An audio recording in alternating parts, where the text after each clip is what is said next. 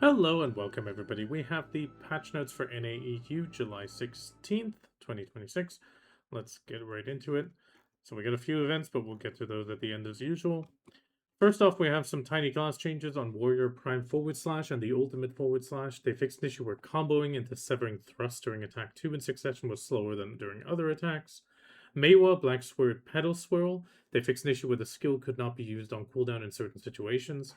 Striker Endless Fight. They fixed an issue where the skill would not activate with a system message in certain situations. The Martial Spirit consumed from Endless Fight has been removed, and its default damage has been adjusted to match the damage previously dealt when consuming Martial Spirit. Also, on the same skill, they fixed an issue where the movement looked awkward when comboed after Fallout. Corsair Hardcatcher's Petrarca. Hardcatcher Petrarca, they fixed an issue where the visual effects were invisible when the effect optimization setting was enabled. Then we have wild population increases on the wild horses. So Fleming Hills is going from 3 to 5, Balenos Mountains north of Barangay Den from 3 to 4, Fogan Marsh going from 2 to 4, King's Forest southeast of Alejandro as well, King's Forest east of Lynch Farm is going from 3 to 5, Northern Heidel Quarry from 1 to 3, Balenos Mountains northwest and west of Wizard's Altar going from 2 to 4, North Abandoned Quarry from 4 to 5, Breachtree Ruins is going to change from 1 to 3, Ferrier Valley near the node manager's Shepherd Ron going from 3 to 4, and the other spot near Port of Area from 3 to 4. Balenos Mountains are changing to mountain northeast of Florence from 3 to 5. Cyclops Lands southwest of Trent is changing from 1 to 3. Dorter Hills is going from 4 to 5. Shurikan Mine Road 4 to 5. 3 to 4 near the Shurikan Necropolis, and the southeastern area there going from 3 to 4 as well. Then they've added Yar to the matchmaking, or Yar minigame now has matchmaking. For example, an adventure on Calpheon 4 can match with an adventure on Serendia 2, so it is cross-server. You select a match from the existing Yar invite UI. The match difficulty is 5 stars with 4 card draws. Yar match history can be checked immediately, and matches are made regardless of the match history, so there's no real rankings. They also fixed an issue with a lock icon on the opponent's kept cards cards not redrawn, occasionally did not display when drawing cards during Yar match. They also fixed an issue where the difficulty would not be set when selecting the star-shaped area in the Yar invite UI, and they changed the mouse cursor to not activate when receiving a Yar invitation. Then we have a small change. The Arena of Solare Hall of Fame has been swapped over now, so you can still get the Great Knight Breath XP bonus, plus 10% for 10 hours for 20 energy from any one of the statues. They also extended the class rotation period for Sage and Hashashin till July 30th. Item-wise, they changed the location of the event's Valentine's Special Catalyst from the Pearl to the normal inventory. They also fixed an issue where you could not craft Secret Book of Florin via the alchemy using the same item. Then we have Altar Blood, the third Abyssal Illusion has been released. The minimum matching AP is 395, recommended total of 1,895. Minimum matching DP 450 with a recommended total of 760. The rewards are pretty much the same as before, just slightly increased amounts. The main thing is the probability is most likely higher than on the other abyssals. They also increased the number of available Altar of Blood attempts from 5 to 10. The party will automatically exit once the attempt limit has been reached. And however, there is no weekly limit on Altar of Blood entries, so you can apply for matchmaking again and enter at any time after exiting. Sea Monster loot improvement, there's a small thing. Magoria Pirate Fleet is getting the Eltro, Serenity, and Solution crystals increased. Solution by 11 times. Lekrashan is also going to get an increase on the quantity on the Serenity crystals from 1 to 1 to 2. Solution by 3 times, and the Solution crystals themselves from 1 to 3 to 5. And on the Goldmon Pirates, they also added the Serenity and Solution crystals to the loot. Then we have Black Shrine, Songakshi, Calamity 8, 9, 10. She is getting they decreased the damage reduction DP of Songakshi by the following amounts. On 8, 2.9%. On Calamity 9, 1.7, and on Calamity 10 by 4.6.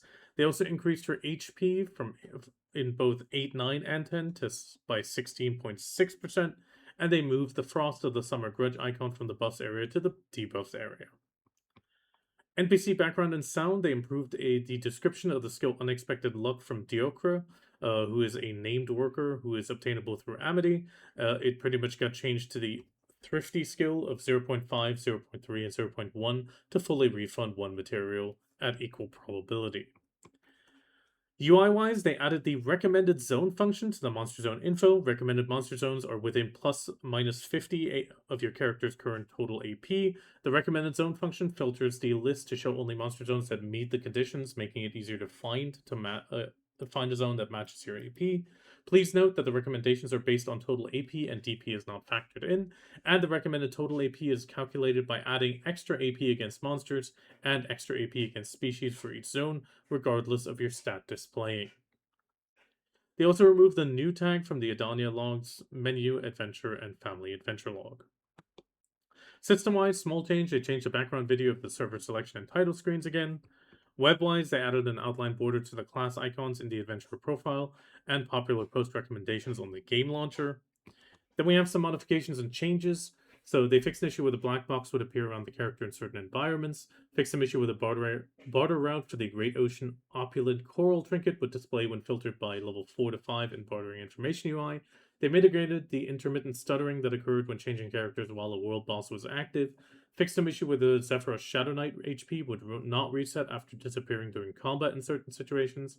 Then there was an issue where Beelzebub could not be targeted even when invulnerable. Could be targeted. They fixed some issue with certain Brekkahi mechanics in Jolanakia would not progress. Fixed some issues where outfits could not be dyed twice in a row when using Merv pallets for the first time. Then they fixed some issue with processing unstackable items 2 or more times and then reopening the storage would make all the stored items appear deactivated. They fixed some issue with seawater could be gathered from certain mountain areas of Crow's Nest. Mitigated an issue with the UI for gathering starfish would appear when there is no starfish near the coast of northwestern Calphion. Then they fixed some issue with defensive gear's visual effect when not visible upon instant resurrection. Fixed some issues when enabling general system message, also displayed Conquest War system messages. Then they fixed some issue with the sort function and details in the Node War results UI made the description incorrect. Fixed some issues with the weight limit exceeded warning and durability warning overlapped when the navigate button at the bottom of the durability warning was not present. Corrected the required durability description in the skill description for RAM on big ships and galleys to match the actual effects. Then they fixed some issues with the guild members without managed guild mounts authority could transport ships in another wharf to the current one.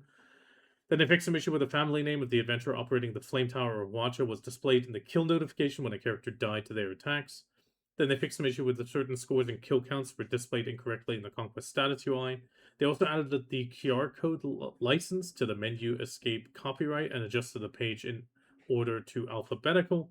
And then we have one gamepad mode fix where they fixed an issue where items could not be moved from the inventory. Events-wise, we have the Get Hyped for Heidel Ball with Alienware. Pretty much like the AMD one. This is going to run July 16th to 23rd. You get your megaphone in the mail, you open the world chat, and then shout the phrase, "Join Alienware Arena" with an exclamation mark. Here you have a lovely example from our CMs and GMs. In the in-game cheer rewards, you get entered into a raffle for Alienware Pro headset, keyboard, and mouse set. 5 winners, and otherwise you get 300 participation, which is probably going to end up coming in the mail once the event concludes. Then we have the Fountain Fields Festive, July 16th to 30th as well. In anticipation for the Heidel Festival, a special energy has begun to gather around the fountain. You accept the quest on the Black Spirit, interact with the Heidel Fountain, and you get the Leap of Growth, Wise Housekeeper, and Elian's Blessing. Then you also have an event, an Adventurer's Legacy. Interact with the Heidel Fountain to accept the quest. Quest is completed immediately, and you get an Adventurer's Tome, Sturdy Chair. Item effects, it's one of those lovely books that's going to disappear later on, but overall it's always good to grab these. You get some extra monster damage reduction, drop rate, combat XP, pretty much everything you want as a little book buff. Then we have the Combat Special Pass one more time. It's another special pass, combat based for kills. Nothing too crazy. If you want to get it, you can get it. But even the free wards are pretty decent. Overall, you get a few items. Nothing too grand there. Then we have the Winged Mermaid Makes Waves. She already spawned for today, but you can get her later tonight and tomorrow. The Mermaid Queen's Lullaby echoes softly across Thermian Beach. So pretty much you have multiple events. We have the World Boss Winged Mermaid, new weekly quests, and new fishing loot. pretty much twice a day. Winged Mermaid spawns at scheduled times. In in NA, it's at 20 UTC and 0445 UTC, and in EU, it's at 1830 CEST and 2230 CEST. Defeat the Winged Mermaid for bountiful rewards. You do need to shoot her with a matchlock. You can use the Bubble matchlock in your challenges, or you just use any other matchlock and shoot her. Subjugation rewards guaranteed are a choose your Thermian die box, 50 Cronstones, 50 Crow coins, some sharps, memory fragments, magical shards, Caphras, and gold bars. And then you have the chance based 1000 Cronstones, 1000 G gold bar, 300 Cronstones, gold bar box, 300 Crow coins, or 150. Beyond that, you also have the weekly quest.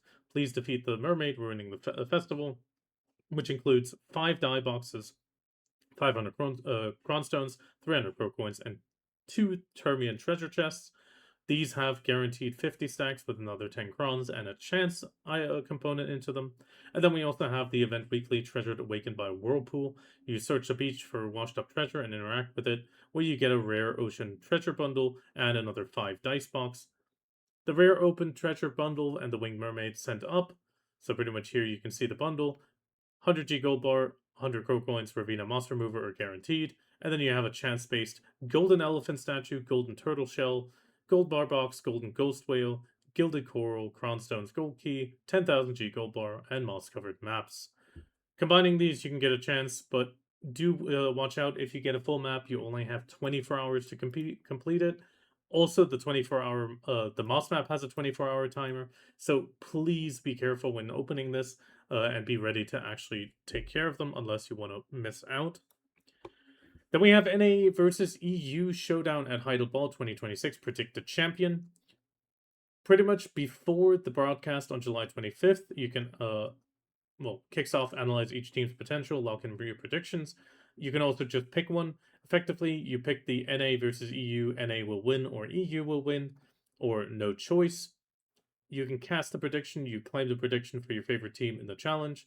If you are on the winning prediction, you get 200 Cronstones. If you are on the incorrect or no choice, you get 500. Nothing too crazy there, but you do need to make the no choice taken. It does seem to be an actual participation event. And you can then watch and cheer on at the live stream on July 25th. Then we have Imagine Deadeye's Sibling, another drawing event. So, have you seen Deadeye's Sibling? As a sandstorm sweeps past the street corner in Black Desert, a woman approaches asking for your help. This is going to run till July 24th. The main event is you use the clues to imagine and draw what Eddie would look like now.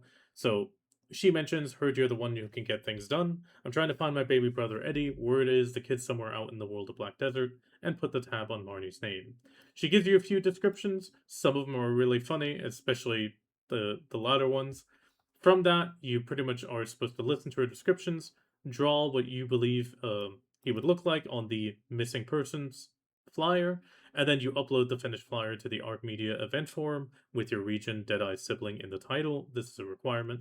You can also look at the comics or past video. These are, as far as I know, Deadeye comics and past videos. There is probably some mentions in there. And then here you can see an example made.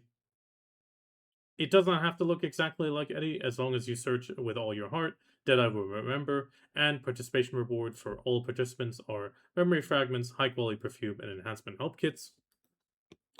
Then we have a Pearl Shop starting. We got a Pearl Shop specific pop for the Citrus New Summer outfit. Nothing too crazy here. Orange bikini, orange top. It looks like a summer outfit. Summer mini dress, sunset orange top, citrus beachwear. This got released today. With that, we're going to continue in the actual Pearl Shop. Obviously, we get a mention of it here, all classes. It looks decent for a summer outfit, but doesn't look too special as well. On Shy, wearing this armor will hide your underwear and swimwear. Wearing this armor will hide your weapons when out of combat, and wear any 4 parts of the summer outfit to trigger the summer outfit set effect. It cannot be registered on the central market, so do keep that in mind. This outfit's hair helmet cannot be dyed and shows your character's hair color when worn. For Striker, wearing the armor will hide your weapons. Same thing for Archer, it will hide your awakening weapon when out of combat. Female classes, wearing this armor will hide your awakening weapon when out of combat for Sorceress and your main and sub weapons. And on Mystic as well. pretty much Citrus Candy Seal. It's another one of those seal bonuses where you can get a few titles. Citrusy, and I know it. Citrus Spark. I'm not a big fan of these. I feel like hiding the titles behind something like this always feels a bit iffy, but if you choose to get it. Then we have the Combat Special Pass, as mentioned earlier. Then we have some Gamma Boxes. These are if you choose to go for them. And then finally, towards the end, we have the 500 Pearls, Choose a Resplendent Journey Box, Choose a Resplendent Storage Box, Crystal Restore Count Coupon. This is only if you're really desperate. Artisan's Memories, Inventory Expansions, Choose Your Skill Exchange Coupon, and New Dance from South America. So we have the Piscino. Pretty much it shows off the dance if you want to get that for 370. And with that, we have the Pearl Shop done. And I wish you the best of luck on your drops, especially with the boss. And I'll see you around.